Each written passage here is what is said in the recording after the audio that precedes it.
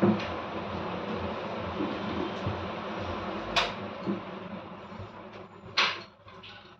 છો બધાને? જય માતાજી, જય ખોડિયાર, જય શ્રી કૃષ્ણ.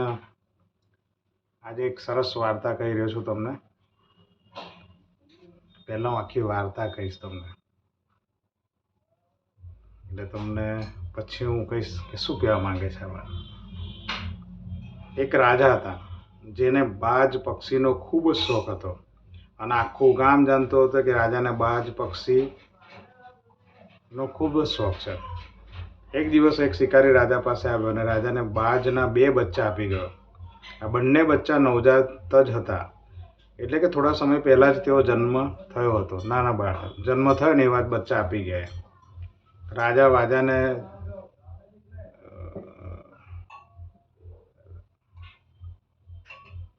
રાજા બાજને જોઈને ખુશ થઈ ગયા અને તેને હુકમ કર્યો કે પોતાના ખાસ એવા બાજ પ્રશિક્ષકને બોલાવવામાં આવે. રાજાના હુકમથી બાજના પ્રશિક્ષકને બોલાવવામાં આવ્યા. તેને રાજાએ કહ્યું કે આ બંને બચ્ચાને ટ્રેન કરી દો, એટલે કે આ બંને બચ્ચાને તાલીમ આપો. એટલે પ્રશિક્ષક એ વાત સાંભળીને બંને બાજને તૈયાર કરવાનો નિર્ણય કર્યો. દરરોજ પ્રશિક્ષક બંને બાજને તાલીમ આપતા. ધીમે ધીમે સમય વીતતો ગયો. એમ રાજાને પણ ઈચ્છા થઈ કે ચાલો જોઈએ બંને બાજ કે જેને તાલીમ આપી રહ્યા છે તેનો કેટલો વિકાસ થયો. એટલે તેને મંત્રીને બોલાવ્યા અને કહ્યું કે બાજની જ્યાં તાલીમ અપાઈ રહી છે ત્યાં મને લઈ જાઓ. બંને બાજના બચ્ચાને જ્યાં તાલીમ આપવામાં આવી રહી હતી ત્યાં રાજાને લઈ જવામાં આવ્યા. રાજાએ ત્યાં જઈને જોયું તો આશ્ચર્યચકિત થઈ ગયા. એક દ્રશ્ય જેવું હતું કે જેમાં એક બાજ તો આકાશમાં ખૂબ જ ગર્વથી ઉડી રહ્યું હતું, પરંતુ જ્યારે તેનું ધ્યાન બીજા બાજ તરફ ગયું તો તે બાજ એક વૃક્ષની ડાળી પર જઈ બેઠું હતું. રાજાએ તરત જ પ્રશિક્ષકને પૂછ્યું કે અરે, આ બીજું બાજનું બચ્ચું કેમ ઉડી નથી રહ્યું?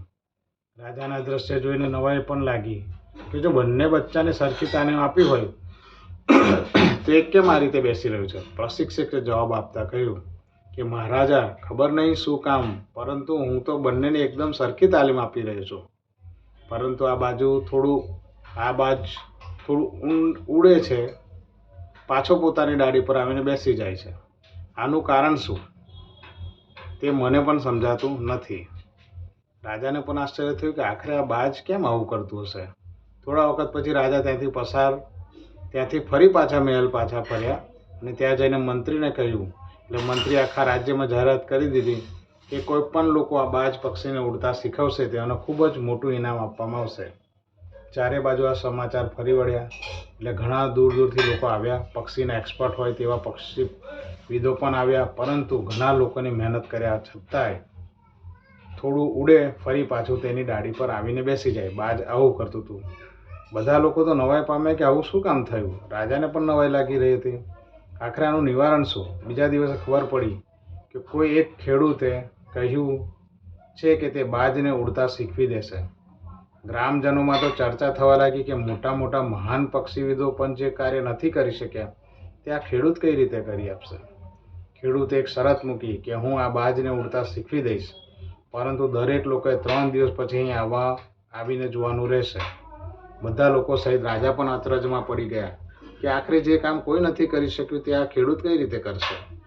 ધીમે ધીમે દિવસો વીતતા ગયા. 3 દિવસ પછી બધા લોકો જ્યાં બાજને તાલીમ આપવામાં આવી રહી હતી ત્યાં ભેગા થઈ ગયા. બધાની આશ્ચર્યની વચ્ચે લોકોએ જોયું કે બંને બાજ પાછા આકાશમાં ઉડી રહ્યા હતા અને બંને બાજ પક્ષીઓ આકાશની ઊંચાઈ જાણે માપી રહ્યા હોય તેમ ગર્વથી ઉડી રહ્યા હતા. બધા લોકોને આશ્ચર્ય થયું. રાજાએ ખેડૂતને પૂછ્યું કે આવું કઈ રીતે કર્યું. ખેડૂતો કહ્યું કે મહારાજ, હું વધારે પડતી જ્ઞાનની વાતો નથી જાણતો, પરંતુ હા, મેં તો માત્ર એ ડાળી જ કાપી નાખી જેના પર એ પક્ષી વારંવાર આવીને બેસતું હતું. જેવી એ ડાળી કાપી નાખી કે થોડા સમય પછી પક્ષી આકાશની ઊંચાઈઓને જાણે પ્રાપ્ત કરવા લાગ્યું. આ સ્ટોરીમાંથી આપણને ઘણું શીખવા મળે છે કે આપણા જીવનમાં આપની બિલકુલ સામે આખો આકાશ પડેલું છે, પરંતુ આપણે આપણા કમ્ફર્ટ ઝોન એટલે કે આપણી ડાળીને જ વળગી રહીએ છીએ. આ કામ મારાથી નહીં થાય, તે જગ્યાએ મારાથી નહીં, તે જગ્યાએ મારે નથી જવું, આવી અમુક ડાળી જો આપણે મૂકી દઈએ તો સફળતાનું આકાશ આપણાથી દૂર નથી અને બહુ જલ્દી આપણે પણ સફળતાનું આકાશ માપી શકીએ છીએ. એટલે આ વાર્તામાં મેં બહુ જરા ફાસ્ટ બોલી ગયો પણ બહુ સરસ વાર્તા હતી કે એક બે બાજ હોય છે બચ્ચા જે રાજાને આપવામાં આવે છે અને એને તાલીમ આપવા માટે એક પ્રશિક્ષક પાસે મોકલે છે, પણ બંને બાજ જો એવા ઉડતા નથી, આવીને એમની એક ડાળી પર બેસી જાય છે. હવે રાજાને નવાઈ લાગે છે કે આવું કેવી રીતે બને, બંને બાજ તો આકાશમાં ઉડવા જોઈએ તો પણ ઉડતા નથી. આખી બધાને બોલાવે છે, બધા ઢંઢેરો પીટે છે, પણ તે છતાં કશું થતું નથી. ને એક સામાન્ય ખેડૂત કહે છે કે હું તમને આમને ઉડાવી બતાવીશ. રાજાની જે શરત હતી કે હું મોટું ઇનામ આપવાનું હોય છે, તો બધાને એવું લાગે કે આ બધા જે પક્ષીના જાણકાર છે એ લોકો નથી કરી શક્યા કામ, તો આ કેવી રીતે કરશે. સ્વાભાવિક વાત છે ને, એક અભણ માણસને એવું કે તમે દેશ ચલાવો તો કેવું લાગે, કોઈને એવું લાગે કે નહીં બરાબર ચાલો આમ છે, કંઈક તો ગડબડ થશે એવું થાય ને. પણ એ ખેડૂતે સરસ રીતે કીધું કે વાંધો નહીં, હું તમને ઉડાવી બતાવીશ. તો એ ખેડૂત જ્યાં એ ડાળી પર વારે ઘડે બાજ બેસતા હતા, એ બાજ જે ડાળી પર બેસતા ડાળી કાપી કાઢી. એટલે કહેવાનો મતલબ કે જે બાજની જે બેસવા એમ જે શાંતિવાળી જગ્યા હતી ને એને કાપી કાઢી. એટલે એને પેલા લોકો શોધવા લાગ્યા કે હવે શું કરીશું એમ, એટલે પછી આકાશમાં ઉડવા લાગે. એટલે કહેવાનો મતલબ એટલો જ છે કે આપણો જે કમ્ફર્ટ ઝોન છે એવું થાય કે અહીંયા હું સેફ છું, અહીંયા બધું મારું સારું, એમ કહેવાનો મતલબ શું કહેવાય એને, તમારી જે સીમા છે ને એને પાર કરો, તમે આગળ વધો. કોઈ એક જગ્યાએ સરસ લાગે ને બેસી જાઓ એવું ના કરો, તરત બીજું કામ લઈ લો, કામમાં લાગી જાઓ.